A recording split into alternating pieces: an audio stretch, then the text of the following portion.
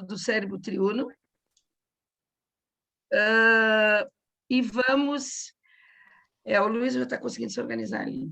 Então, vamos começar, então, a nossa reunião de hoje, né, o segundo dia, com muita alegria, receber os nossos amigos aqui, queridos, doutora Irvênia, doutor Décio, Sérgio, né, para mais um evento que, com certeza, será bem produtivo para a nossa noite de hoje.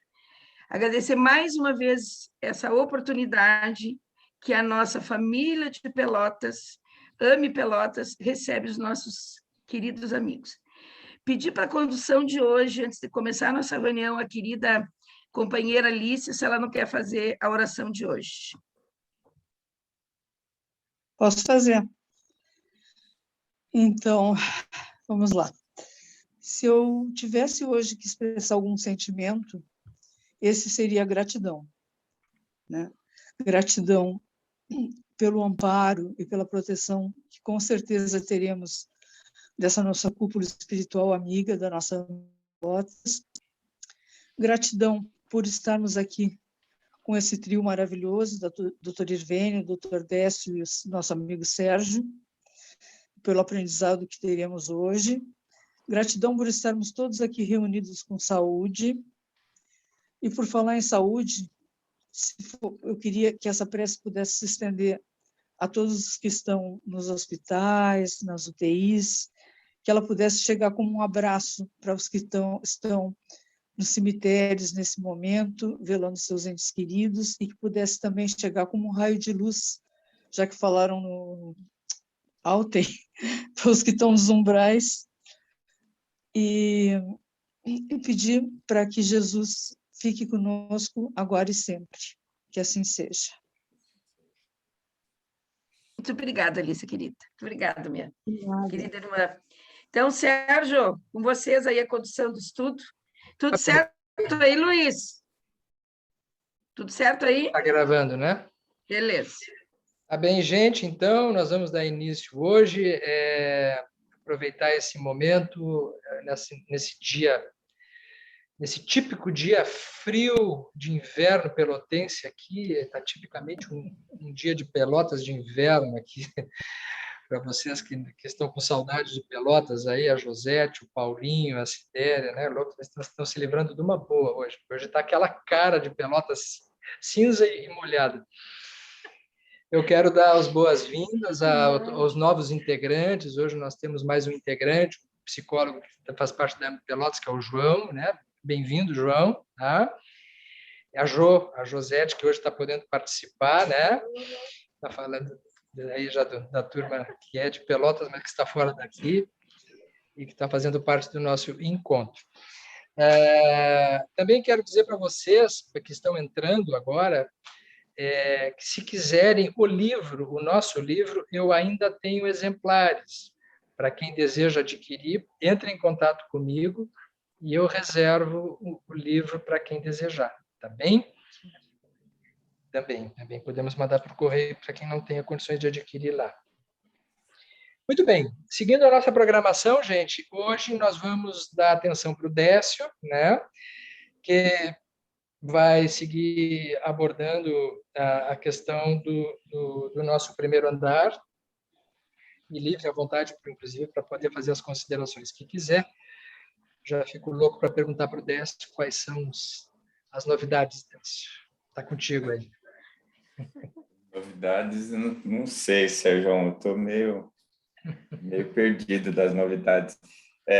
Eu confesso para vocês que eu fiquei assim bastante em dúvida do que trazer, porque eu achei que a doutora... Bom, primeiro que eu falei de pineal antes, né?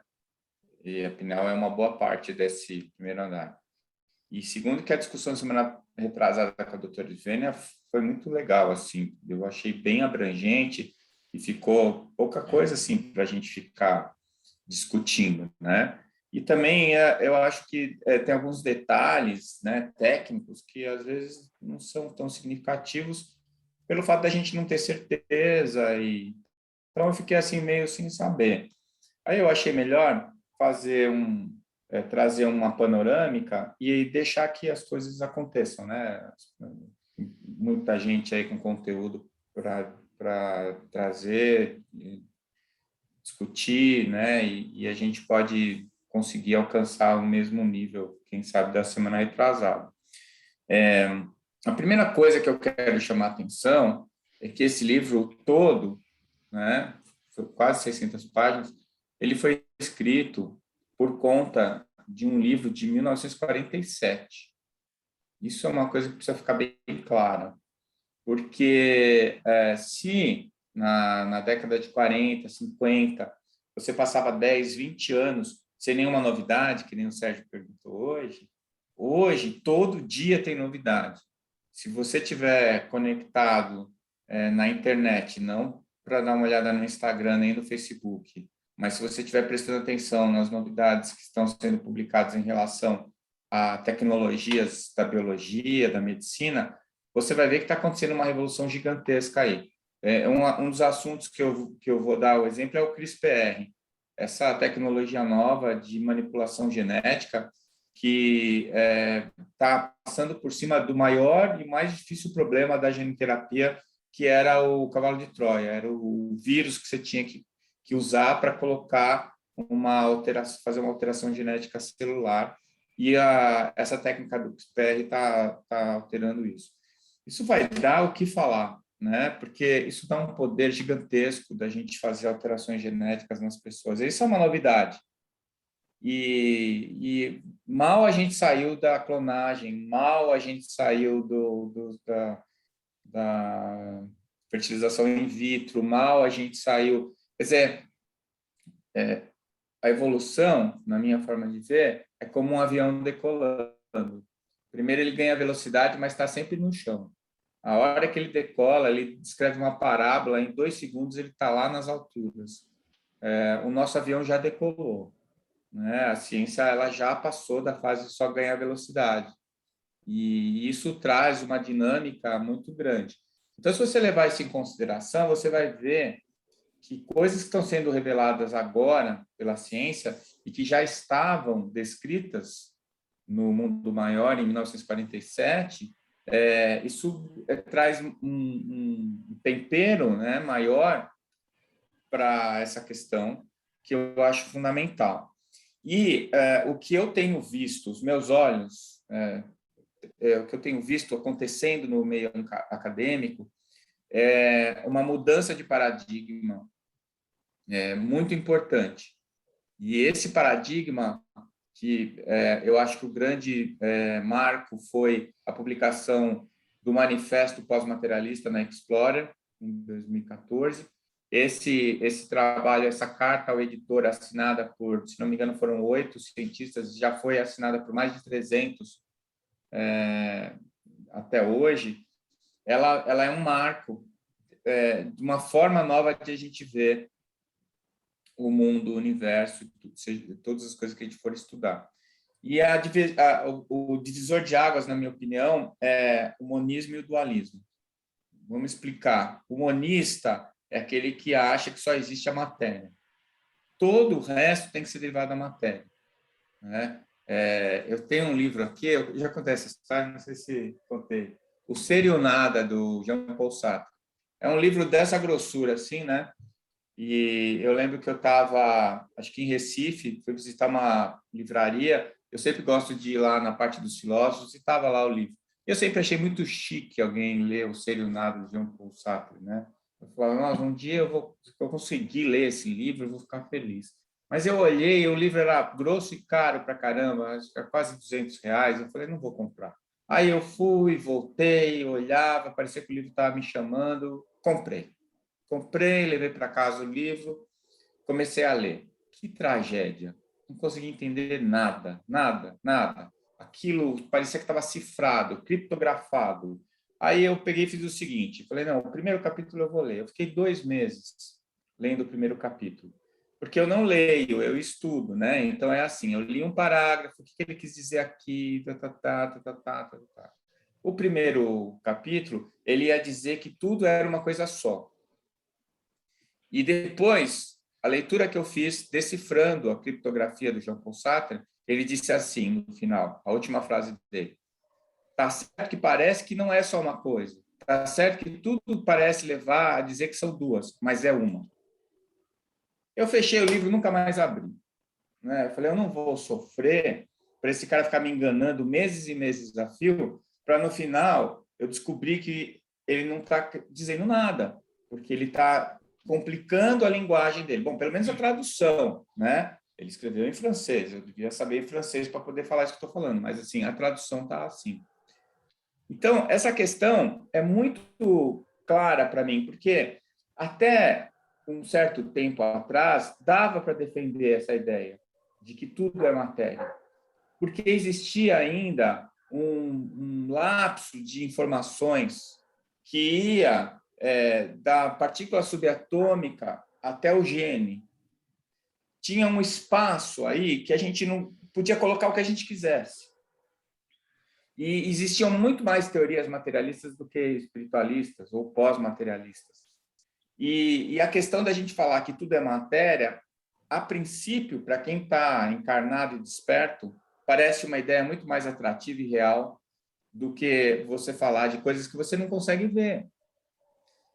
Com o avanço da biologia, da ciência, da neurociência, da química, da física, com a reabilitação dos conceitos da física quântica, porque a física quântica não é novidade, né, gente? Ela nasceu junto com a teoria da relatividade do Einstein, só que ela trouxe tanta informação que pervertia o status quo da física que eles resolveram colocar ela embaixo do tapete.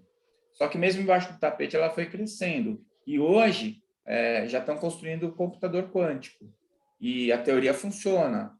E a gente está começando a entender que a realidade não é essa realidade que a gente se acostumou.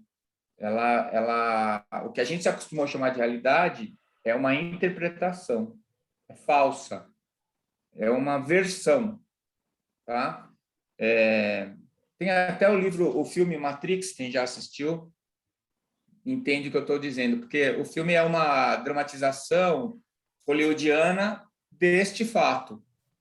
Porque quando você estuda a neurociência, você percebe que um estímulo vira um potencial de ação, e que o potencial de ação não tem identidade, se ele foi gerado por luz, por som, por tato, por pressão, ele é exatamente o mesmo, e que isso vai virar informação lá no teu córtex, quando 7 camadas de neurônios pequenininhos ficam polarizando e despolarizando, polarizando e despolarizando, gerando uma função de onda.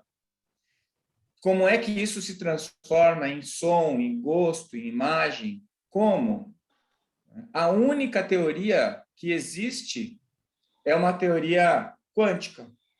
E nessa teoria quântica, o Jeffrey Satinover fala o seguinte, que tem um observador, uma inteligência, que dentro dessa função de onda que é gerada no córtex, ela colapsa uma, ela escolhe uma. E aí, finalmente, a neurociência vai dizer aquilo que a quântica disse e que incomodou tanto. Porque quando a quântica fala que uma partícula se comporta dependendo do observador, ela está sendo dualista. A partícula é matéria, mas quem é o observador? Uma partícula observa outra partícula? Matéria observa matéria? Não. Então, a introdução do observador, mesmo que muitas vezes ele tenha sido interpretado de forma equivocada, de você dizer que o observador cria a realidade, ele não cria, ele escolhe uma probabilidade, a presença do observador é fato que gera um outro paradigma, que é o paradigma dualista. Não existe maneira de entender os fenômenos psíquicos, não existe maneira de entender a neurofisiologia do córtex cerebral se você não introduzir um conceito quântico, que é uma inteligência que age através do cérebro e que não é secretada pelo mesmo. Então, essa divisão ela vai se espalhando, porque o paradigma dentro da ciência ele se espalha para todas as áreas da ciência. E os paradigmas mais poderosos são os paradigmas da física, porque a física estuda as leis naturais, as leis do universo. Então, quando o Newton começou a estudar a mecânica, quando ele começou a explicar atrito, calor, velocidade, aceleração, quando ele começou a explicar e calcular coisas que estavam imediatamente conectadas em nós, eu pegar e começar a esfregar minha mão na minha blusa, e a minha mão esquentar, e a minha blusa esquentar, e ele chegar e explicar por que isso está acontecendo, ele conseguir prever onde vai estar uma partícula que tiver em determinada velocidade, com determinado atrito, e conseguir prever isso com precisão, ele está fazendo um estudo das leis universais, mas daquelas leis que estão no imediato. E isso gerou algumas consequências que se espalharam, inclusive para a psiquiatria e a psicologia. Até hoje a gente fala, este é um mecanismo de defesa psíquica. Este é um mecanismo sei lá, mecanismo psíquico de sobrevivência, de mecanismo. Está falando de máquina. Ele está falando de peças que se relacionam pelo atrito. Nem o nosso carro é uma máquina mais... né, ainda, porque ainda nós temos carros de combustão. Mas a maior parte do carro já é eletrônica. O eletrônico já não é uma máquina. É um aparelho, porque ele faz as suas funções não por articulação, não por atrito, não por mecânica. Aí depois, quando Einstein veio falar da relatividade, ele ainda está mantendo o nível da conversa em alguma coisa que é perceptível, que é facilmente encaixada naquilo que nós chamamos de realidade, que é a nossa realidade imediata. Mas ele já entra no subjetivo e ele faz a gente ter que parar para pensar, né? Tem algumas coisas da teoria da relatividade que até hoje eu não consegui entender. Aquela história que você pegar o foguete e depois você voltar, e todo mundo aqui está velho e você está novo, eu não consegui entender aquilo. Eu já li umas 10 vezes, desisti, né? Mas se o Einstein falou, ele deve estar certo. Todo mundo concordou com ele depois, né? Então, é isso aí. Mas ele já está mostrando uma coisa a partir desse escopo, que é o escopo que a gente vive, que vai de 0 a 300 mil km por segundo, ele consegue entender uma relatividade dentro desse escopo que o Newton não imaginava. E isso também mudou. Mudou a forma de todas as outras ciências, todas as outras áreas da ciência, verem as coisas acontecendo. E o relativístico, o einsteiniano, entrou na conversa, principalmente na história da energia. Porque se E igual a mc ao quadrado, energia é igual a massa, matéria e energia são a mesma coisa. O que varia é a velocidade. E aí ele muda tudo. Ele muda tudo. E agora está entrando a quântica, que diz assim, que as coisas não são o que elas parecem. Que a gente vê o que a gente escolheu ver. E que não existe uma coisa justa, existe uma coisa provável. Existe um elemento que a palavra que estão usando agora é estocástico. O estocástico, ele não é aleatório, mas ele não é determinístico, ele é estocástico. Existe uma probabilidade. Então, isso entra em questões de passado, isso entra em questões do presente e do futuro, na questão da avaliação do tempo, isso entra na forma como a gente consegue dizer que determinada coisa está acontecendo ou não está acontecendo, né? Dois observadores observam o mesmo fenômeno ao mesmo tempo, um fala uma coisa, outro fala outra, né? Grêmio e Inter jogando, foi pênalti, não foi pênalti. O pessoal do Colorado diz que foi, se eles estão defendendo, e o gremista diz que não foi, porque eles estavam atacando, né? Estavam defendendo. E os dois viram a mesma cena milhões de vezes e continuam tendo a mesma opinião. E se você colocar os dois no polígrafo, os dois vão estar falando a verdade, porque cada um tem uma realidade. Então, qual é a verdade? Né? Arthur Schopenhauer dizia que ela existe, mas nós não somos capazes de vê-la. Então, você precisa do juiz, que teoricamente não torce nem para o Grêmio, nem para o Inter, e o juiz vai dizer o que aconteceu. E nenhum dos dois vai concordar, geralmente, não é? Porque quais são as verdades? Não, verdade só tem uma, mas nós não somos capazes de vê-la, porque nós estamos aparelhados dentro de um mundo de ilusão, que é o mundo físico. Então, vocês percebem que tem uma inversão de valores aqui. Todo mundo sempre achou que o mundo material é que é real e o resto era ilusão, que esse mundo espiritual é uma criação, é uma ilusão. E é o inverso. A ilusão é a matéria, o real é o espiritual. E o dualismo está mostrando isso. Então, como é que você quer que isso aconteça de hoje para amanhã? Não vai acontecer. Não vai.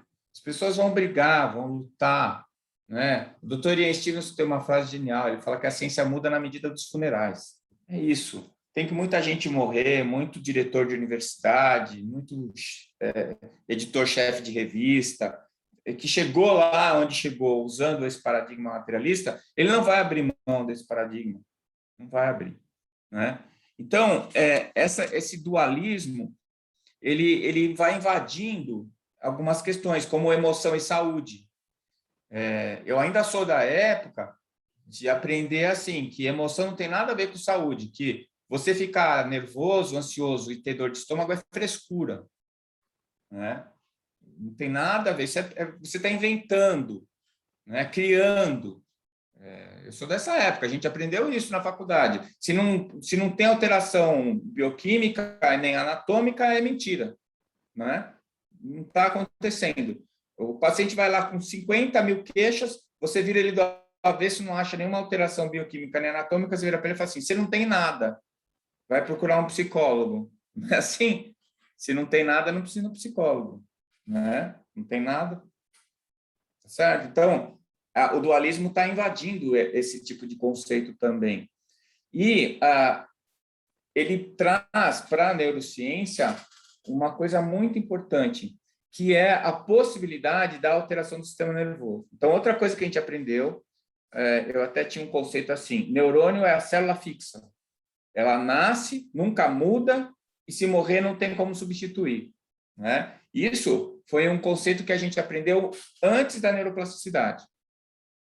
E hoje, a neuroplasticidade ela vai dizer assim, existe uma alteração que é feita no sistema nervoso central. Os neurônios se modificam, eles mudam suas conexões, eles mudam as sinapses, mudam os circuitos. Isso pode mudar radicalmente o funcionamento do sistema nervoso central. Aí a pergunta é, quem faz isso? Como esse cérebro se modifica? Dualismo. O observador. E aí vem Mário Borregar e mostra que o indivíduo, através de uma terapia cognitivo-comportamental, em que ele força a barra para criar hábitos novos, ele muda o cérebro dele. E aí ele quebra a teoria de que o circuito é que gera o comportamento. E é o contrário. O circuito gera o comportamento. Sim, ele induz o comportamento, mas quem gera o circuito é o observador. É o indivíduo, é a alma, é a inteligência, um metasistema. Escolhe o nome que você quiser. Tem um monte. Tá certo? Senhor, Oi. Gostaria de seguir apresentando até o fim, ou dá para ir aproveitando algumas partes suas, interrompendo? Eu queria aproveitar até esse momento que está trazendo, que eu fiquei pensando uma coisa interessante que tu colocou em relação à questão somática, né? Uma experiência que a gente tem em psicoterapia é assim, o paciente chega com enxaqueca ou chega com uma dor durante uma sessão de psicoterapia e começa a falar sobre algumas questões suas que estão paralelas, vamos dizer, a esse sintoma, e não está nem se dando conta do quanto aquilo possa ter a ver com esse sintoma. E aí a gente começa a entrar dentro de um campo de questões que o paciente não estava sabendo que eram tão importantes. E ao final da sessão, o paciente está sem dor, né?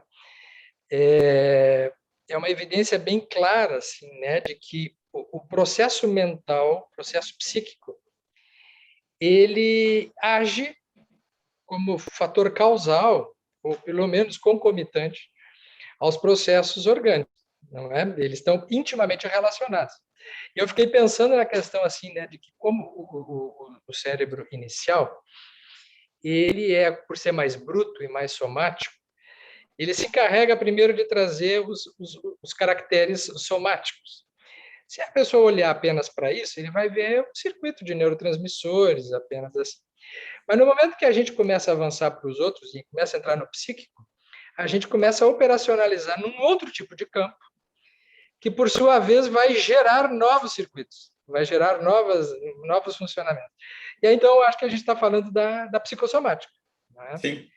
Então, eu diria assim que mesmo... É muito interessante que quando Freud começou a trazer a psicanálise, ele propôs que a psicanálise teria um princípio monista, da ideia de que a mente seria um subproduto do corpo, e ele até o fim do cérebro.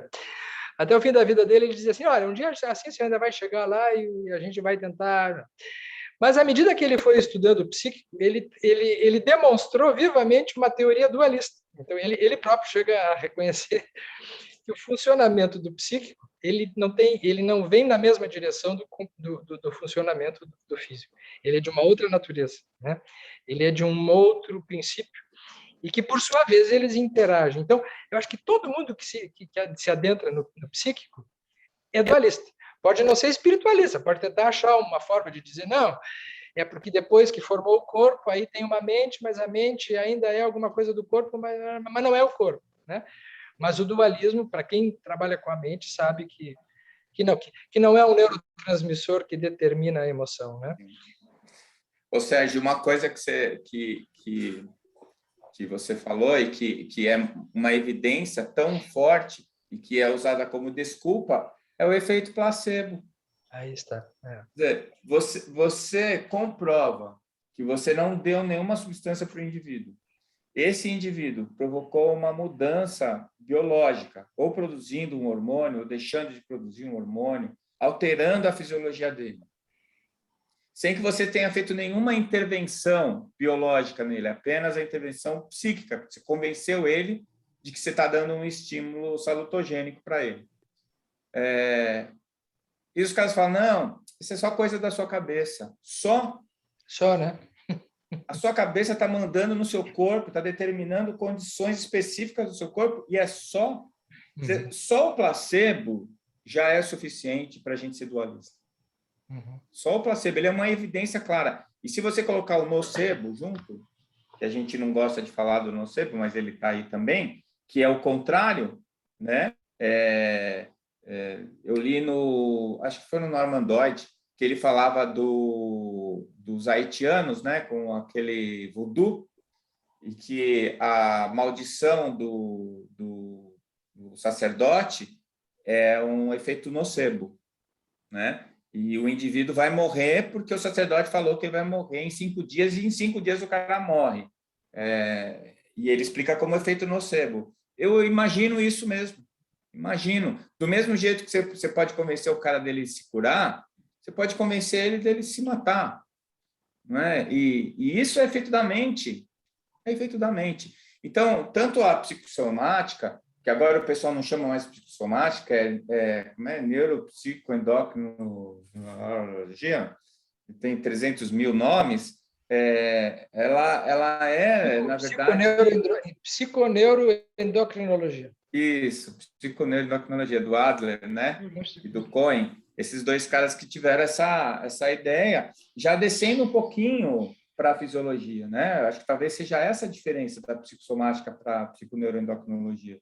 Eles estão puxando um pouquinho mais para as moléculas, para os átomos ali, para o que está acontecendo quimicamente.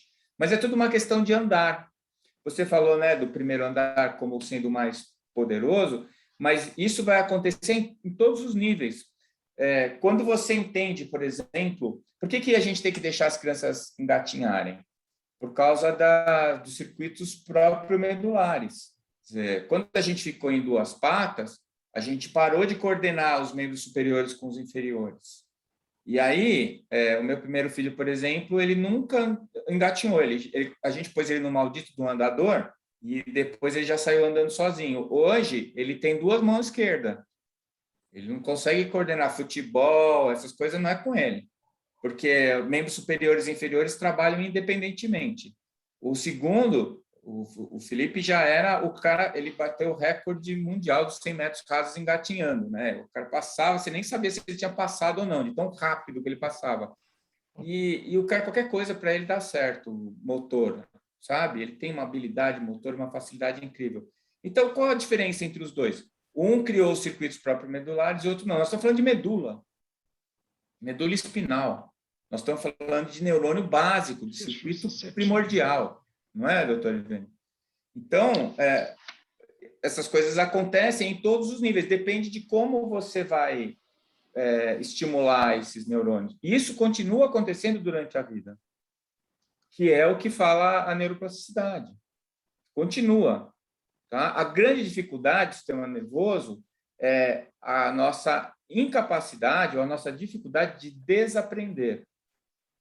Então, se depois do período crítico, que é quando o sistema nervoso estabiliza com as funções já colocadas, você tem mais dificuldade para desabilitar áreas, né, que vão servir para você habilitar para outras coisas. Então, você passou a vida inteira usando o teu cérebro de uma determinada maneira. Aí você tem um AVC na sua área motora, e aí você para de mexer o braço direito. Você vai ter que recrutar outras áreas para fazer isso, porque aquela morreu. Né? Tem área? Tem. Mas por que a gente não consegue? Porque você vai ter que desabilitar aquela, você vai ter que resetar uma área para estabelecer que ela vai fazer outra coisa. E isso é a grande dificuldade da neuroplasticidade. Essa é a coisa que traz a maior dificuldade, né? Porque esses circuitos estão estabilizados. Mas dá para fazer? Dá para fazer. Um grande exemplo para isso é o aprendizado da linguagem. Se você aprendeu português, você cresceu, aprendeu português, beleza. A sua área da linguagem, eu esqueci agora a área da linguagem. De Broca. Broca. A sua área de Broca está ali falando português. Se eu for aprender inglês, eu vou ter que recrutar outra área.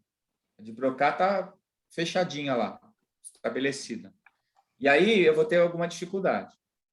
Se, quando eu for criança, eu estiver ouvindo português, ouvindo inglês, ouvindo árabe, ouvindo alemão ao mesmo tempo, vai estar tudo na área de Broca. E eu vou falar os 4, 5 idiomas com a mesma facilidade que eu falaria um.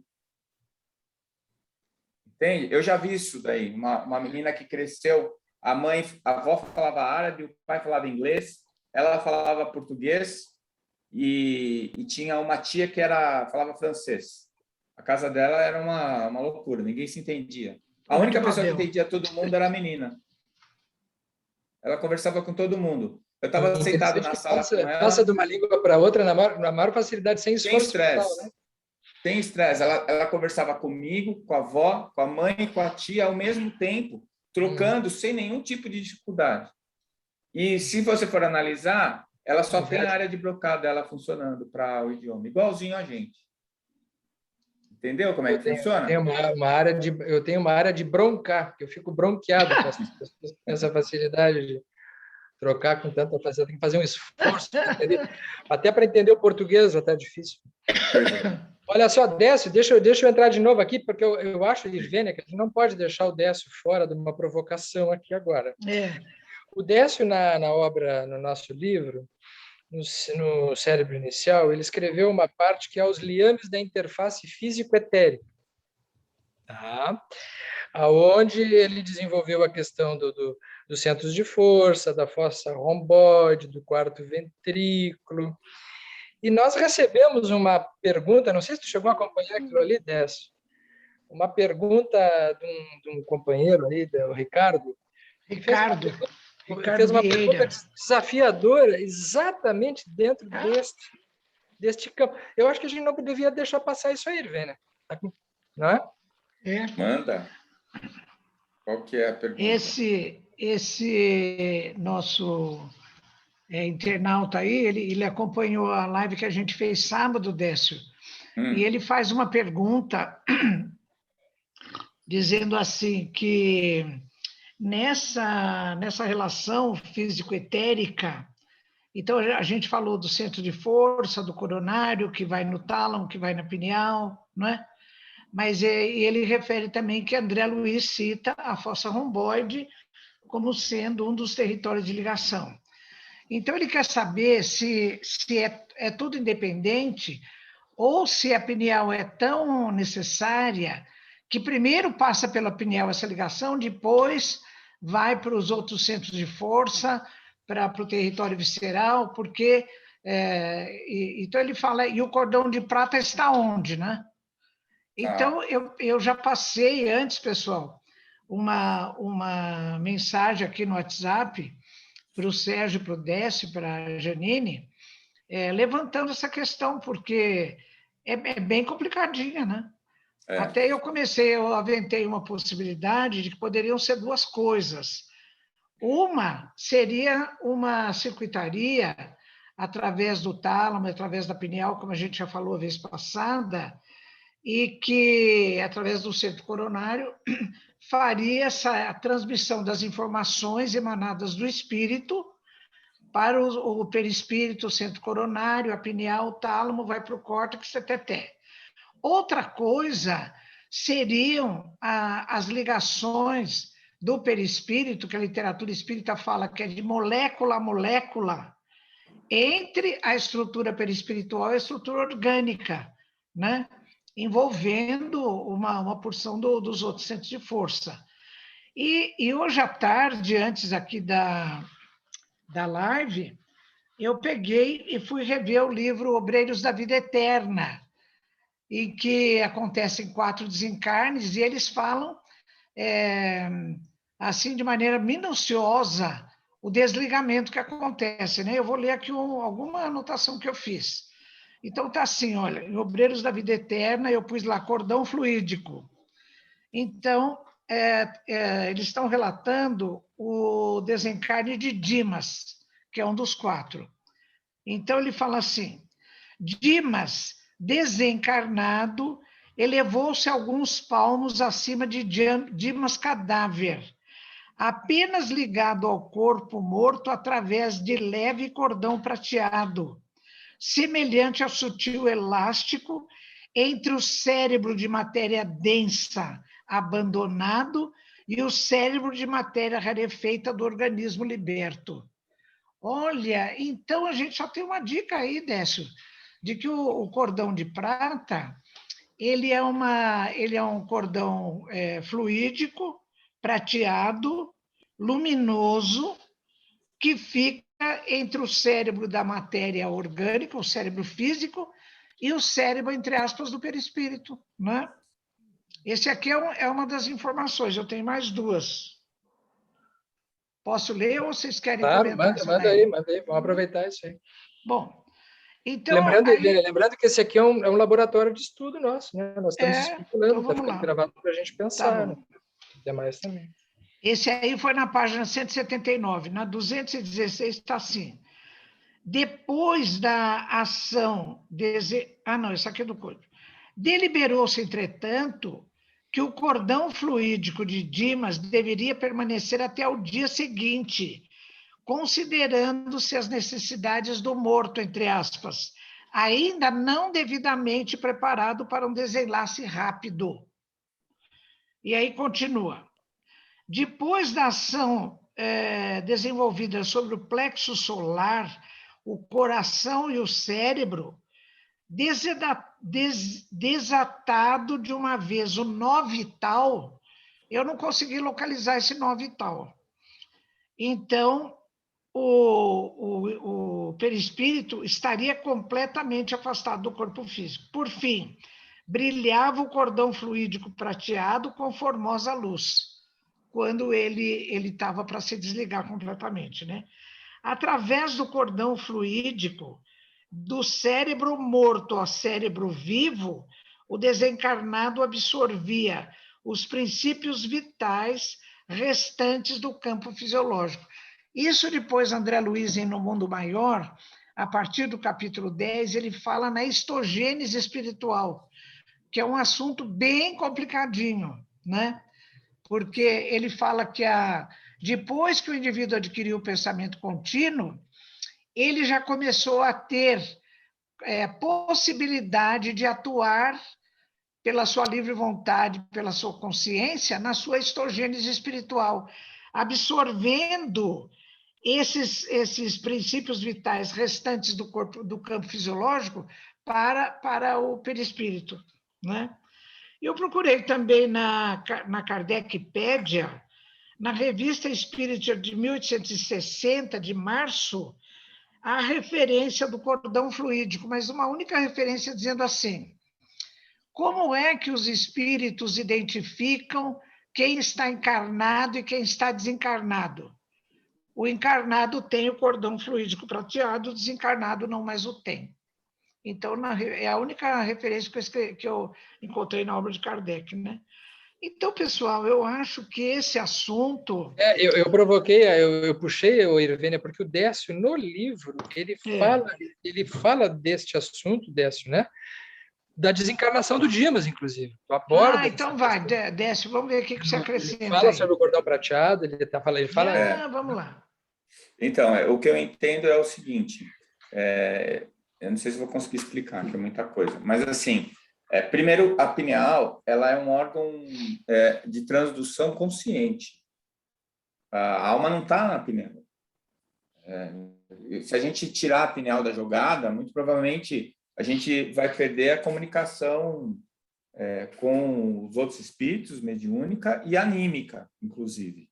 Não sei nem se isso é possível, porque mesmo que a gente retire a estrutura biológica, eu acho que a estrutura energética vai ficar lá. Mas, assim, eu mesmo, durante muito tempo, eu imaginei a pineal como sendo o centro, ou a inserção da alma, que tudo passaria por ali. Não, hoje eu vejo assim, a parte consciente, é como se fosse os olhos para verem, né? O nariz já vai sentir cheiro, mas para ver é com o olho.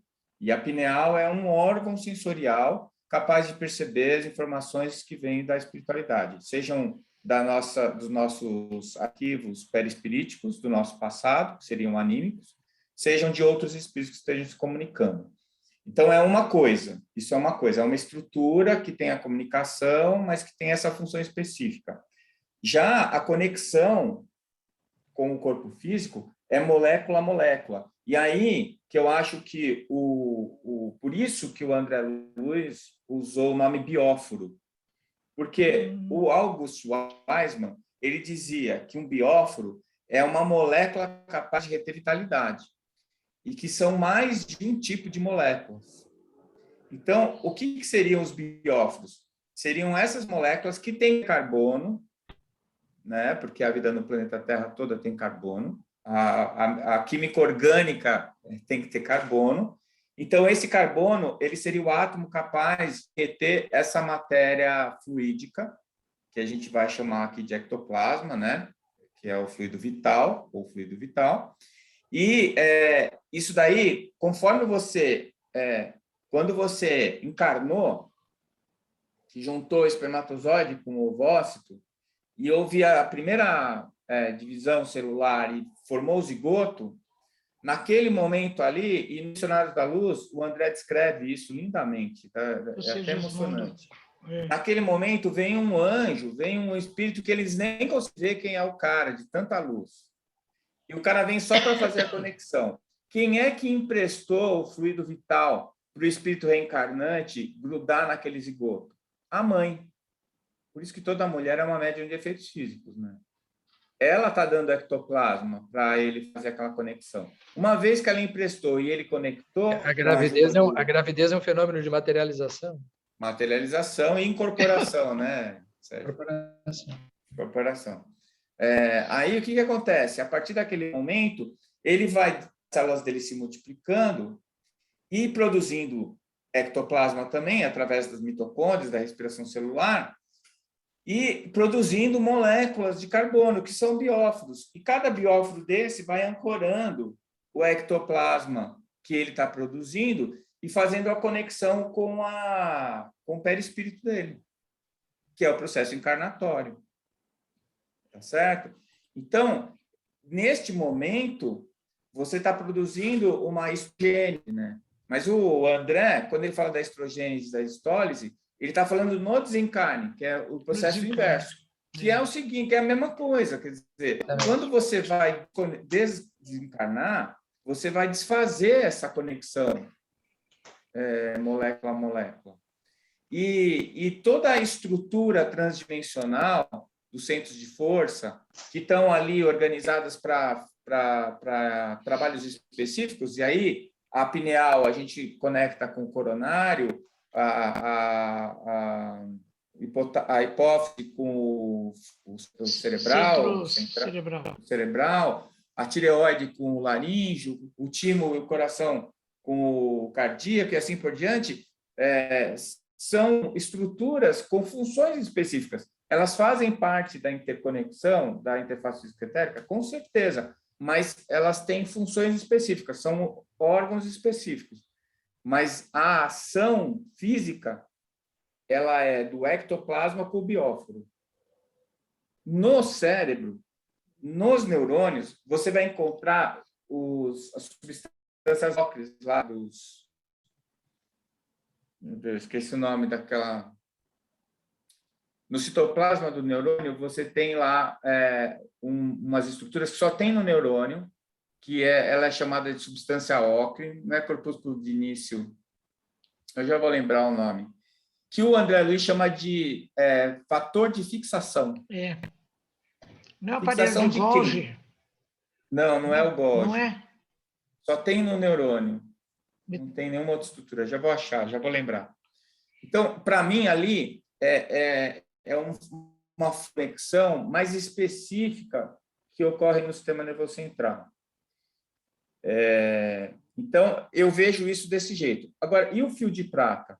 O fio de prata é a primeira e a última conexão. Então, na hora que você conectou lá, que o anjo desceu para fazer o encarne do seu filho, e que ele fez essa conexão, ele estabeleceu uma conexão que se manteve a partir daí, mesmo com o corpo crescendo. E na hora do desencarne do Dimas, vai soltando molécula, molécula, molécula, molécula, conforme vai soltando, vai ficando o cadáver embaixo, e ele vai fazendo a histólise no cadáver e a histogênese no corpo novo que ele está formulando, que está flutuando sobre o cadáver.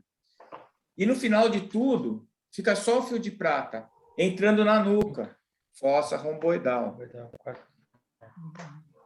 Primeiro andar da casa mental. E a última coisa que acontece é o obstetra espiritual rompendo uma coisa que o André Luiz não conseguiu ver direito, mas que saiu uma gosma branca, ectoplasma. E aí, finalmente, Dimas estava desencarnado. O que ele rompeu? Ele rompeu o fio de prata. Ele desconectou a última parte que estava ali conectando o Dimas com o cadáver, né? Então, a minha resposta seria essa, né? Existem várias estruturas que nos conectam com o nosso corpo físico, não é uma só. Então, eu posso pensar na pineal como um centro quando eu estou falando de consciência, quando eu estou falando de conexão e inteligência. Mas quando eu vou falar da inserção da minha alma no meu corpo, eu vou falar da fossa romboidal. A gente está falando a gente está falando da estrutura de inserção e de desinserção. A ligação inicial e a ligação final se dá no tronco encefálico, né?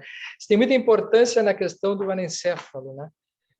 Então, por conta de que essa ideia de que é uma vida de menos valor se rompe nesse tipo de concepção, né? E o Wilder Penfield, no livro Consciência, que a doutora Ivênia passou para a gente... Mistério da Mente. Mistério da Mente. Ele também fala isso. Ele fala que a consciência vem pelo tronco encefálico. O Décio, e o Penfield fala na ligação da consciência com o cérebro. É o que você está falando, né? Porque enquanto o André Luiz fala da mente, do espírito e tal, o Penfield fala da consciência. Que se dá no região do tronco, né? E você veja, quando você estava falando que dois observadores ouvem a mesma coisa, e eles veem de jeito diferente, mas os dois, apesar de verem diferentes, o André Luiz vendo do plano espiritual, o Penfield vendo no corpo físico, eles chegam à mesma conclusão, né? É. Porque o Penfield justifica, ele estudou muito soldados vítimas da Segunda Guerra Mundial com traumatismo cranioencefálico. Então, ele fala textualmente nesse livro, que no capítulo 5 e 12, que quando o paciente tinha, apesar da grande massa do córtex cerebral quase íntegra, mas o tronco encefálico estava irreversivelmente lesado, o indivíduo perdia a consciência. E, ao contrário, mantendo-se a unidade morfológica e funcional do tronco, apesar de grandes perdas de córtex, o indivíduo mantinha a consciência, né? Então, ele chama toda essa parte que Calderaro chama de cérebro inicial, ele chama de tronco cerebral alto. E daí ele cria o conceito de sistema centroencefálico, valorizando essa região do encéfalo, né, que é a mais profunda, valorizando ela em detrimento do valor do córtex cerebral, porque até então o córtex sempre foi a primadona do encéfalo, né? E o Penfield valoriza. E não só ele faz isso, Décio, como ele estabelece dentro da ciência essa vertente do paradigma dualista, porque ele fala que a consciência é uma realidade e o cérebro é outra, né? Então, ele faz as duas coisas. Também um terceiro observador nisso, a gente pode falar que é o Ian Stevenson, que estudou aqueles casos, 2.600 casos de crianças no mundo todo que tinham recordação de outras encarnações. Então, ele analisa umas quase 20 opções que poderiam tentar explicar o fenômeno. E ele conclui que a reencarnação é a opção mais aceitável. E da aceitação da possibilidade da reencarnação, ele fala que uma coisa que a gente tem que deduzir é a dualidade mente-cérebro, né? E ainda ele cria a concepção teórica de um veículo intermediário, que é o Psychophore, que é o perispírito, que é, né, o campo morfogênico lá do Sheldrake.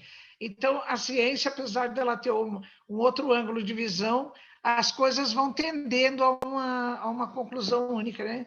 Isso é muito bonito. Ô, doutora, e a última questão que eu acho que a senhora falou lá do nó vital, do nó vital. Eu acho que a inserção do ectoplasma no bióforo, ela se dá temporariamente. Então, assim, o fluido vital, ele vai se dissipando com o tempo. E para você refazer a conexão, você precisa renovar a molécula. E isso vai acontecer com a multiplicação celular, né? E aí que entra a questão do envelhecimento físico, né? Enquanto a gente está multiplicando a célula, a gente vai renovando o fluido vital, vai renovando esse vínculo, essa interface físico-etérica. A hora que a gente perder, que acabar o telômero, ou que a gente diminuir a nossa capacidade de multiplicação celular, aí a gente começa a perder fluido vital sem reposição. E a hora que vem o envelhecimento, né, até a morte. Essa ideia de que a gente nasce com um tanque de fluido vital que vai gastando, quando termina a gente morre, eu acho ela muito difícil de justificar, porque a gente está inserido em fluido vital. Ela é frágil, né? O Décio, até porque no livro Entre a Terra e o Céu, Clarencio fala que durante a noite espíritos benfeitores se encontram ou ajudam o desprendimento parcial do perispírito de doentes do corpo físico, afastados pelo sono, né? Levam até a beira do mar para refazimento, porque além do ar muito puro do mar, nesse ar se somam recursos vitais da natureza. Ora, que recursos vitais são esses, né? Deve emanar de milhões de seres vivos que vivem no mar. Pega 1 ml de água do mar, doutora, e olha o que tem lá. Tem bilhões de seres vivos produzindo ectoplasma. Né? O mar é um ectoplasma gigante. Odécio, agora a questão do ectoplasma, eu não sei se isso se ficou claro na minha cabeça, porque eu tenho a impressão que o ectoplasma é um efeito do metabolismo da célula, né? Porque no livro dos médiuns fala assim, acho que é no item 159, fala assim, o fluido vital é apanágio exclusivo do encarnado, né? E o trabalho com o fluido vital carregado de matéria orgânica é que o Charles Richer chamou de ectoplasma, né? Exatamente. Por isso que o espírito desencarnado precisa do médium. Eu chamo o ectoplasma de matéria de transição. Então, é assim, a mitocôndria, na hora que ela está oxidando a glicose e os elétrons começam a pular lá de um citocromo para o outro, começa a correr tem a produção de energia, a gente vai pegar a maior parte da energia e transformar em ATP, né, trifosfato de adenosina, fica guardada quimicamente, e a gente achava que o resto ia tudo ser dissipado em forma de calor. O Dr. Popp, aquele alemão lá que a senhora conheceu junto comigo, aliás, foi filho dele que foi, né? Ele acabou não indo naquele congresso em Bonn. Ele fala que na respiração celular tem a emissão de biofótons. Esses biofótons seriam a matéria-prima para a produção do ectoplasma. Então, se você não está encarnado, você não tem mitocôndria respirando oxigênio e queimando glicose, você não tem biofóton, não tem ectoplasma. Sem o ectoplasma, não tem como você interferir no campo físico. Então, ou algum encarnado te empresta, né? Ou você não tem como fazer. Né? Você não tem como fazer. Então, quem produz mesmo o ectoplasma é o citoplasma, a mitocôndria. Aí entra essas questões, né? Porque, e o pessoal da AME-ABC está estudando isso. Tem uma enzima que faz essa seleção, o que vai virar calor e o que vai virar ectoplasma. A ativação da enzima aumenta a produção de ectoplasma ou a produção de calor. Décio Irvine, na semana passada, a AME Pelotas, eu não pude participar naquele evento, mas na semana passada teve 2 convidados aqui que o tema foi sobre saúde e ectoplasma. Que foi o Dr. Matteo Tubino e a esposa dele, Cláudia Tubino. Eu acho que a gente pode colocar à disposição a palavra de quem quiser colocar alguma coisa nesse mommomento que a gente está falando sobre esse assunto do ectoplasma. Sim. Não sei se vocês que o Luiz Fabiano também fala sobre isso. O Tubino tem um livro que chama Ectoplasma, né? Fluido Vital, essa energia que chama ectoplasma, alguma coisa assim, é um livro dele sobre isso. Odécio, e o que você está falando tem base no livro dos médiuns, item 58, fala bem assim, o espírito precisa da matéria para agir sobre a matéria, né? Por isso que precisa de médium, de ectoplasma, de fluido vital, do pensamento, que já é matéria, né? Segundo André Luiz Emmanuel, porque seja o nosso espírito...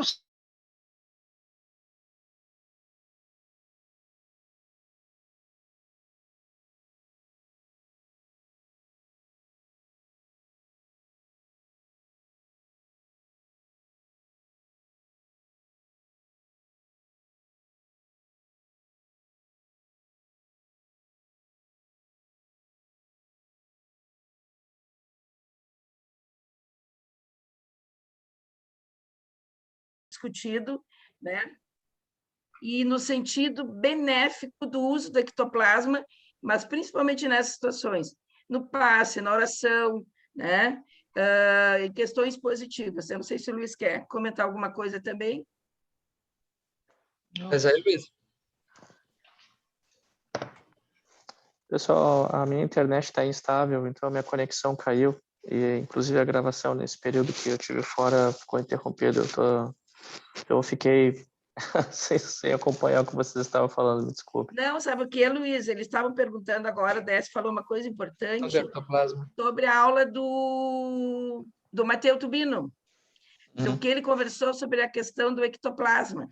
Eu já estava mais ou menos colocando para o pessoal aqui que a gente discutiu a importância, né, do ectoplasma no passe, nas questões das preces, a questão que ela pode provocar o excesso do ectoplasma, as doenças, dos subtipos que a gente discutiu no dia da discussão, subtipo surral, que poderia provocar as dores também, tipo fibromialgia. Não sei se tu queres acrescentar alguma coisa.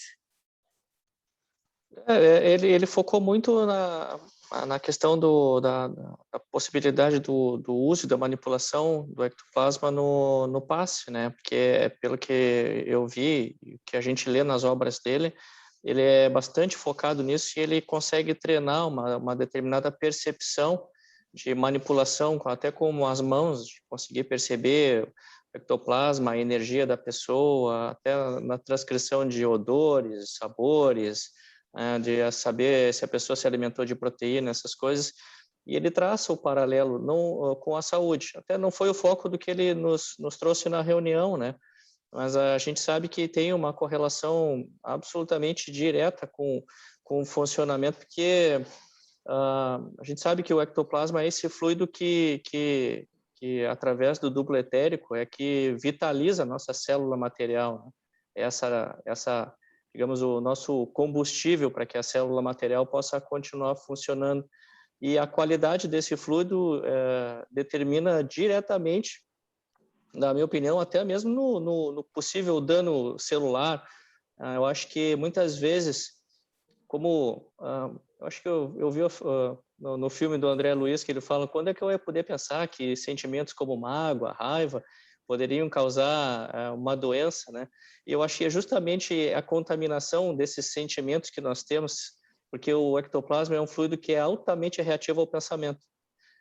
E quando a gente causa essa contaminação, seja por coisas exógenas, já que a gente adquire ele através da respiração, da alimentação, mas a qualidade do nosso pensamento, dos nossos sentimentos, faz com que ele, a todo momento, esteja alimentando a célula com energia desequilibrada.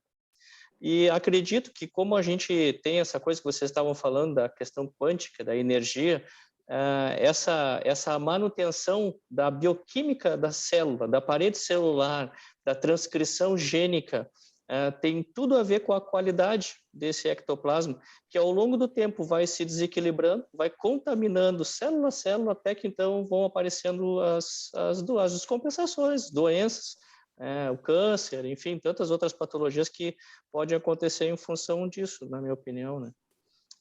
Eu não sei se isso é exatamente o que vocês estavam falando ou não, se encaixa com o que vocês estavam pensando. Sim, exatamente, porque estava falando da questão das doenças. Obrigada, Luiz. A única coisa que eu usaria uma palavra diferente, Luiz, que você falou, é que a vitalização da célula, a célula se vitaliza sozinha, ela não precisa do ectoplasma, do espírito. Tanto que se eu tirar essa célula, eu posso fazer uma cultura com ela. Mas, o que você falou, é essa questão da orientação. Ela perde a orientação se eu não tiver o ectoplasma. Porque é o ectoplasma que vai fazer a conexão ali com o citoplasma da célula, né? E o André fala que é pelos microtúbulos. E o Hameroff, o Penrose, o Satinover, eles falam que esses microtúbulos são amplificadores do sinal quântico. Então, assim, tem mais essa coisa para a gente entender. A célula, ela está fazendo parte do corpo. Então, tem uma ligação molécula a molécula dos biófilos com o teu perispírito. Mas ela também é um animáculo infinitesimal, entendeu? Ela também tem lá a estrutura dela, que não é bem um perispírito, mas é um corpo vital, como chamou o Dias da Cruz. E esse corpo vital é o ectoplasma que ela produz na respiração celular dela, né? Então, às vezes eu não sei se eu sei, sabe? Porque é tanta coisa assim que vai confundindo, é tanto negócio que entra no meio que é difícil você separar. Isso define bastante coisa. Eu não sei se eu sei. Eu não sei se eu sei. Você sabe, às vezes eu penso assim, sabe? Eu consigo entender tudo, parece que eu falo, não, agora eu cheguei lá, né? E na hora que eu vou escrever, eu tentar explicar, eu falo, putz, não dá, cara, é muita coisa. Mas tem isso daí. Você não concorda comigo que a célula, se eu tirar ela do corpo, ela continua sendo um ser vivo? é uma coisa difícil para a gente entender, porque essa questão da individualidade, entendeu? Do princípio inteligente, que é uma coisa que a gente ainda tem muito que estudar para entender. Mas isso aqui está acontecendo junto. Os seres pluricelulares, eles são administradores de um condomínio de células. Não é? Todo animal que tem sistema nervoso central, na minha opinião, já tem um administrador. Né? Se pegar uma porífera, uma esponja do mar, por exemplo, é só um aglomerado de indivíduos ali que se juntaram porque a união faz a força. Mas não tem, todo mundo é igual, não tem estrutura, não tem especialização celular, não tem nada disso. Isso tudo vai vir através do que o Luiz falou, desse ectoplasma que vai se juntar, que vai formar uma estrutura transdimensional, que vai trazer a informação para o citoplasma da célula, que vai funcionar como modificador quântico para dizer para a célula o que ela tem que fazer, vai dizer para ela, quais são os genes dela que ela tem que ativar para ela virar um neurônio, para ela virar um hepatócito, para ela virar um néfron, e por aí a coisa vai, entendeu?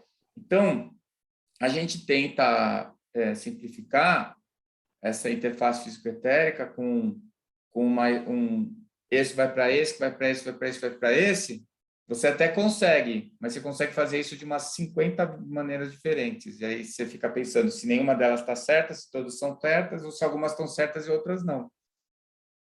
Né? Não sei. Se tu fosse escrever hoje, a fisiologia transdimensional, acho que ia ser um pouco diferente, né?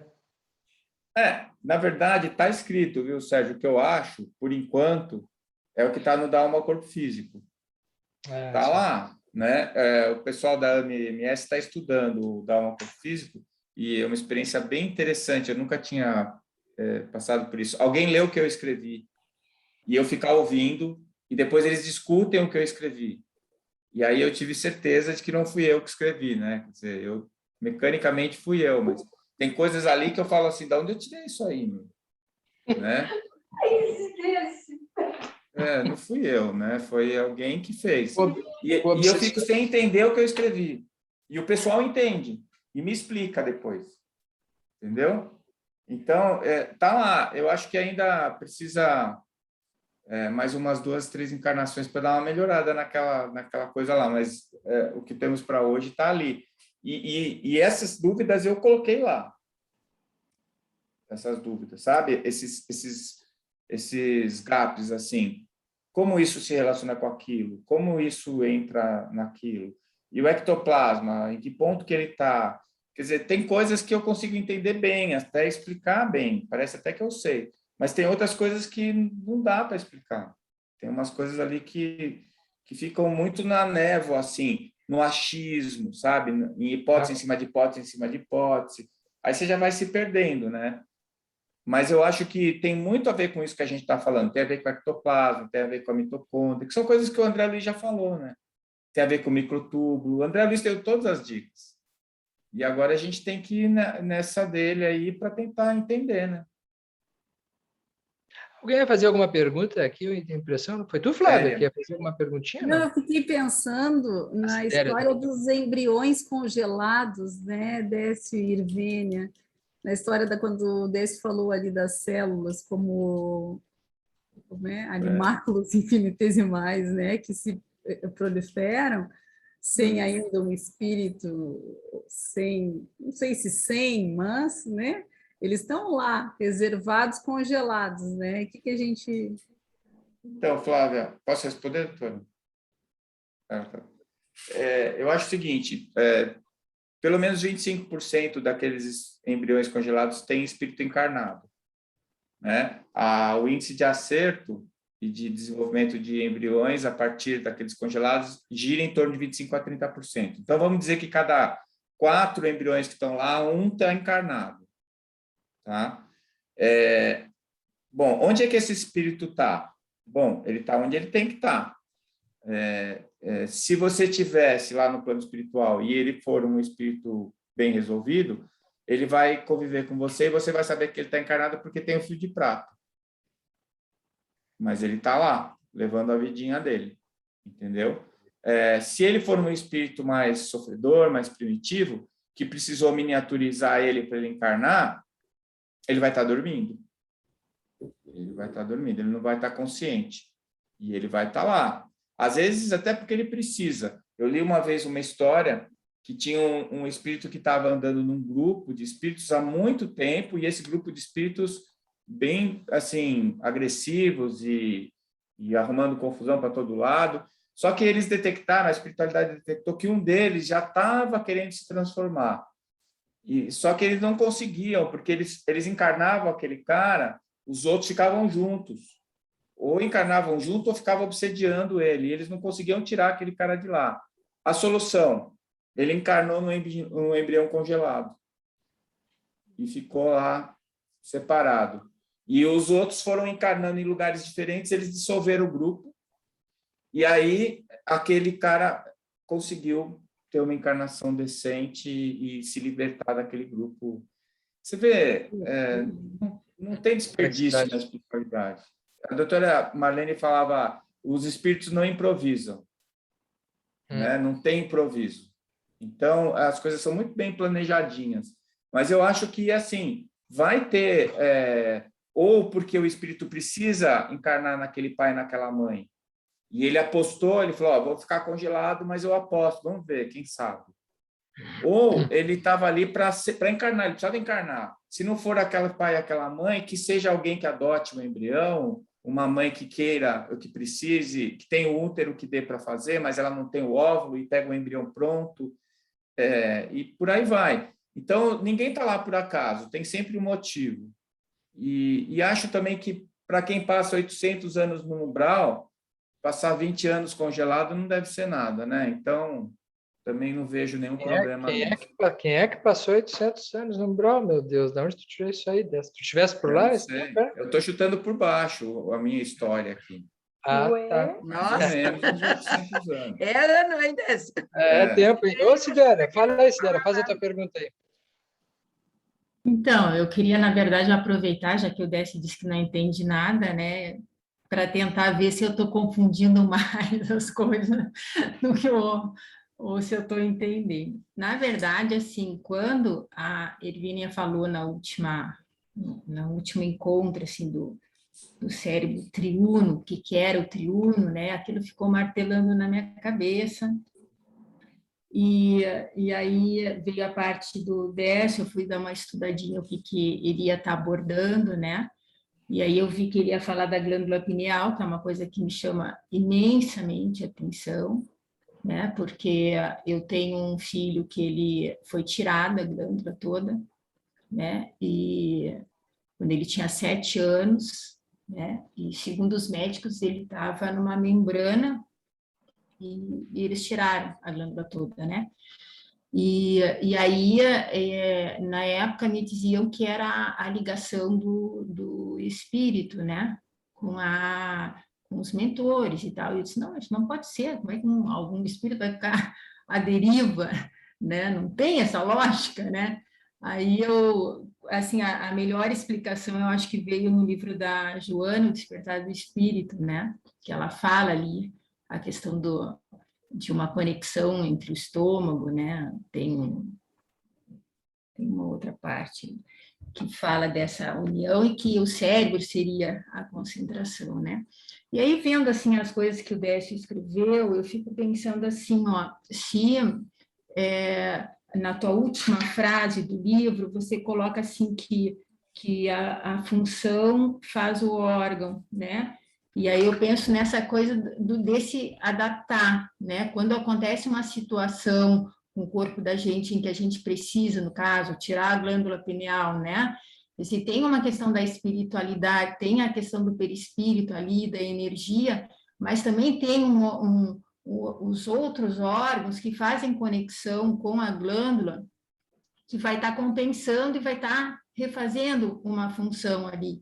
Não sei se é isso que eu entendi do que tu estava falando, né? E porque, assim, em tudo que eu leio, eu não vejo ninguém dizer que tirar a glândula pineal fica normal, né? E eu tenho isso em casa, porque meu filho ficou normal. Tudo que os médicos diziam que ele poderia ter, ele não teve. Né? Ele hoje está com 22 anos. Então, a questão a minha pergunta é assim, tá, se o cérebro é triuno, com a retirada da pineal, como é que se dá a relação com esse restante? Né? Se é mais ou menos assim como eu estou entendendo, né? E essa compensação, ela existe, assim, hoje uma definição, como ela vai se dar, essa compensação? Deixa eu perguntar uma coisa, agora você me deixou até empolgado. O teu filho tem mediunidade? Ele é espírita? Ele é espírita. Tem mediunidade? Ele tinha quando pequeno. Hoje não. Antes de operar? Antes de operar. Tá, Ele enxergava vultos não, ele dizia, mãe, tem ali uma pessoa ali. Entende? Depois... Eu acho o seguinte, eu pesquisei muito essa questão da sequela da pinealectomia. O que acontece quando você tira a glândula pineal? E a maior parte das vezes, o que acontece é que o paciente fica com uma sequela que os neurocirurgiões não sabem se a sequela é pela retirada da glândula ou pelo acesso. Porque para você chegar lá na glândula pineal, como ela está no meio do crânio, qualquer acesso que você fizer, você vai fazer através do sistema nervoso e vai ter lesão. E aí eles não sabem se o paciente fica lesionado pelo acesso ou pela retirada da glândula. No caso do teu filho, ele tirou a glândula antes do final do período crítico de estabelecimento das funções do sistema nervoso. Então, a neuroplasticidade dele estava no auge, estava atorando lá. E ele reajeitou até o acesso, entendeu? Até o acesso. Então, ele não ficou com sequela porque ele reorganizou dentro das possibilidades. Ele não teve perda de massa, na verdade, era só reprogramar o que ficou ali. O que eu acho que iria acontecer, e que eu acho que aconteceu, é que ele ia perder a mediunidade. Por quê? Porque é a mesma coisa que você tirar o olho e não conseguir mais enxergar. É aquilo que eu estava falando antes. A pineal tem uma função específica. E não é a ligação com a alma. A ligação com a alma é no tronco encefálico. Quebra o tronco encefálico, corta no meio. O que acontece? O cara desencarna e morre. Não é? O tronco encefálico, aliás, o critério de morte encefálica é parada de funcionamento do tronco encefálico. É por ali que entra a vida. É ali que está a alma ancorada. A pineal, ela tem muito mais a ver com essa questão da comunicação. Agora, isso que você falou também da adaptação, a função faz o órgão, é o aforisma de Diderot, tem mais a ver quando você está pensando em questão de evolução, sabe? Na evolução. Você primeiro tem a necessidade, gera a demanda, e aí você constrói o instrumento para operacionalizar a demanda. Então, é isso que o Diderot queria dizer. E que o Lamarck... Tem a ver com aquilo que você falou no sábado, da Marlene, que o corpo dela perdeu a função. Tem a ver com aquele do sábado que você falou, do corpo dela que perdeu a função? Não, naquele que eu falei no sábado, é que assim, ela já não tinha mais condição, o espírito dela não cabia mais. Tinha crescido. Ela tinha demandas muito mais maiores e necessidades espirituais muito maiores que o corpo dela encarnado estava podendo demandar. E ela já estava em moratória, né? Então, ela não teve jeito, ela precisou desencarnar. Mas eu acho assim, que a pineal, se a pineal é um canal de comunicação anímica, e foi retirada a glândula pineal, eu acho que o perispírito, do mesmo jeito que tem a neuroplasticidade, o perispírito também vai ter a sua plasticidade. E principalmente numa criança de 6, 7 anos, em que tudo ainda está em fase de acomodação. Então, eu apostaria isso, sabe, Sidéria? Eu acho que o teu filho, se ele tivesse tirado a pineal com 22 anos, ele não estava normal. Mas como ele tirou com uma idade mais tenra, ele se reorganizou e ficou tudo direitinho, a não ser o fato dele não conseguir ter mediunidade. Mas aí não entra também a questão, por exemplo, né, todos nós temos o guia espiritual e ele se comunica com a gente. Sim. Isso é mediúnico, né? Então, assim, não tem como ele não ter essa comunicação, penso eu. Né? A comunicação consciente. Ele perde a consciência. Porque o trabalho do Andrew Newberg também, naquele que ele faz o trabalho com as freiras e os monges meditando, e ele faz a ressonância, a neuroanatomia funcional lá, para ver as áreas que estão funcionando, não é a pineal, é o córtex. É o córtex que fica ativado quando eles estão em prece ou em meditação profunda, entendeu? Então, você não precisa da pineal para perceber o anímico e o plano espiritual. Você precisa para interpretar conscientemente. Pelo menos é a minha forma de ver. Fala aí, doutora. Gente boa. Irvênia, tá sem o microfone aí. Faz o teu fecho para nós aí. Liga o teu microfone, Irvênia, tá desligado. Décio, nessa neuroplasticidade, até quem sabe da pineal, né? Eu não sei, eu estou jogando aí para a gente pensar sobre. Eu fiz um trabalho com pós-graduando em glândula pineal de éguas, porque as éguas elas têm um período reprodutivo sazonal, 6 meses de estro e 6 meses de anestro, né?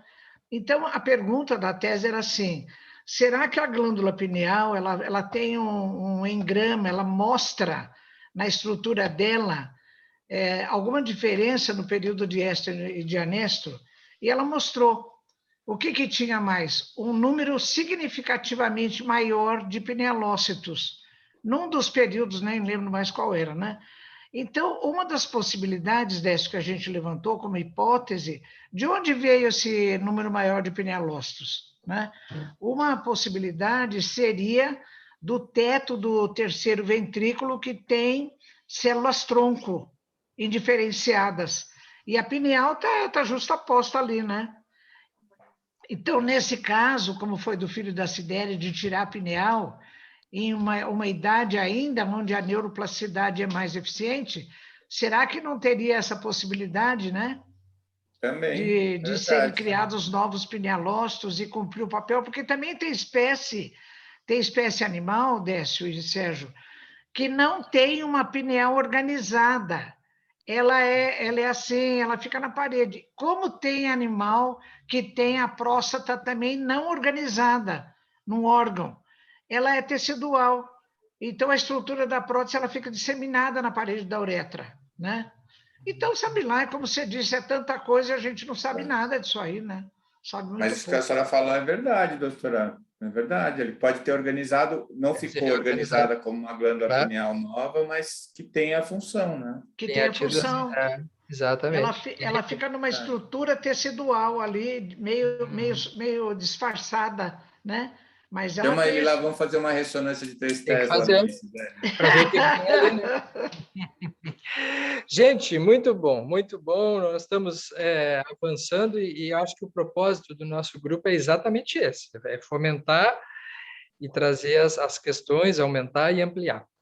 Nós estamos no nosso horário hoje. Eu faço esse papel antipático, eu reconheço, a Janine sempre dorme de mal comigo por causa disso. Mas alguém tem que fazer isso. Eu sei que vocês também entendem, né? O nosso próximo encontro não vai ser daqui a 15 dias, porque daqui a 15 dias será 7 de setembro, será feriado. Portanto, será daqui a 21 dias. Vai cair no dia 14, é isso? 14 de setembro, tá bem? Aí vai ser o nosso próximo encontro, vai ser a minha parte, eu vou trazer uma surpresa para vocês, espero que seja boa, né? E vamos tentar alongar também essa minha parte do primeiro andar para algum caminho, além do que eu pude abordar ali, para a gente trazer outras reflexões aí, tornar o assunto empolgante como ele foi até agora e continuar sendo para todos nós. Tá bem? Eu agradeço novamente a presença de todos, em especial da Irvênia, do Décio, com a gente junto aqui. E daqui a 21 dias a gente se encontra. Eu devolvo a palavra aí para a Vera para fazer o encerramento do nosso... Sérgio, só uma coisa. O Décio responde ao Ricardo, que fez aquela pergunta, Décio? Eu mandei no nosso grupo, Irvênia, a pergunta ali, eu não acho que o Décio... Né? Posso mandar ele ler o da alma, corpo físico? Manda, Então, Décio, então você responde, tá? Responde. Muito bom. vai lá, Bom, Vera. então, queridos amigos, né, agradecer mais uma vez essa excelente discussão que surgiu com o nosso estudo de hoje, muito produtivo. Agradecer ao Décio, agradecer ao Sérgio, agradecer ao doutor Irvênia pela riqueza do nosso encontro de hoje, né? E que bom que a gente vai ter muito mais eventos por aí, que vamos ter vários. Então, eu gostaria, e voltaremos agora no dia 14, tá? E eu queria, para a gente encerrar hoje esse evento, gostaria de pedir para a Ju fazer a nossa oração, a oração de encerramento. Faz favor, Ju. Está aí a Ju? Estou aqui. Então tá, querida. Então tá, vamos agradecer todos esses ensinamentos, esse grupo maravilhoso que essa noite se reuniu para que a gente possa evoluir nos conhecimentos sobre todas essas conexões do nosso corpo com a espiritualidade e nessa evolução espiritual e nessa plasticidade espiritual, né, do nosso cérebro. E agradecer toda a espiritualidade amiga que esteve com a gente, os ensinamentos de Jesus que nos conduzem, e que fiquemos em paz, que tenhamos todos uma boa semana. Que assim seja. Assim seja. Assim seja. Bem, gente. Obrigada, Ju. Isso. Tchau, pessoal. Boa noite. Boa noite. Boa noite. Obrigada.